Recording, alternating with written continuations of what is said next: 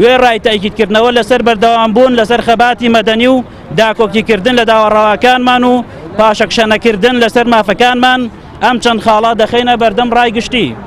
یەکەم، ئەوەی ڕوویداوە و ڕوودەدات و ئۆباڵی توندوتیژەکان دەخینە ئەستۆی دەسەڵاتدارانی شکست خواردووی هەرێمی کوردستان. دووەم، پێویستە بە زووترین کات چالاکوان و مامۆستایان و فەرمانبەران و هاوڵاتیە گیراوەکان ئازاد بکرێن.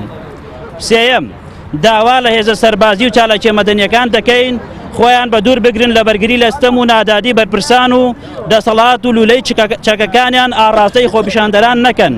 لە کەمترین کاتدا هێزە سەربازیەکان لە ناو شار و شارۆژگەکان ببرێنە دەرەوە. چوارەم، ڕێگری و داخستنی میدیا و بەرتەسکردنەوەی ئازادی ئیدانە دەکەین و ئاماژەیەکی خراپە و گەڕانەوەیە بەرەو دیکتاتۆری.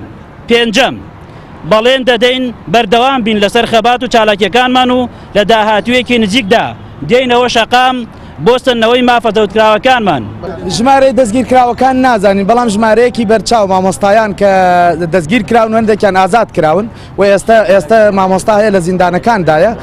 بەداخەوە بۆی ئەم دۆخۆ دروست بووە ناتوانین بڵێن ئەوەندە ژمارە دەستگیر کراوە، بەڵام ئێمە لای خۆمانەوە هەموو هەوڵێکمان داوە بۆ ئازادبوونی دەستگیر کراوەکان و هەموو شوێنەکانمان لیان ئاگادار کردوتەوە کە دۆخێکی خراپ لە شارە ئاگدۆرێ، بە تایبەت ڕوبەڕووی ئەوانەی کە لە 3 ساڵی ڕابردووە خەباتی مەدەنیان ئەنجام داوە و هیچ توندوتیەکیان ئەنجام نەداوە.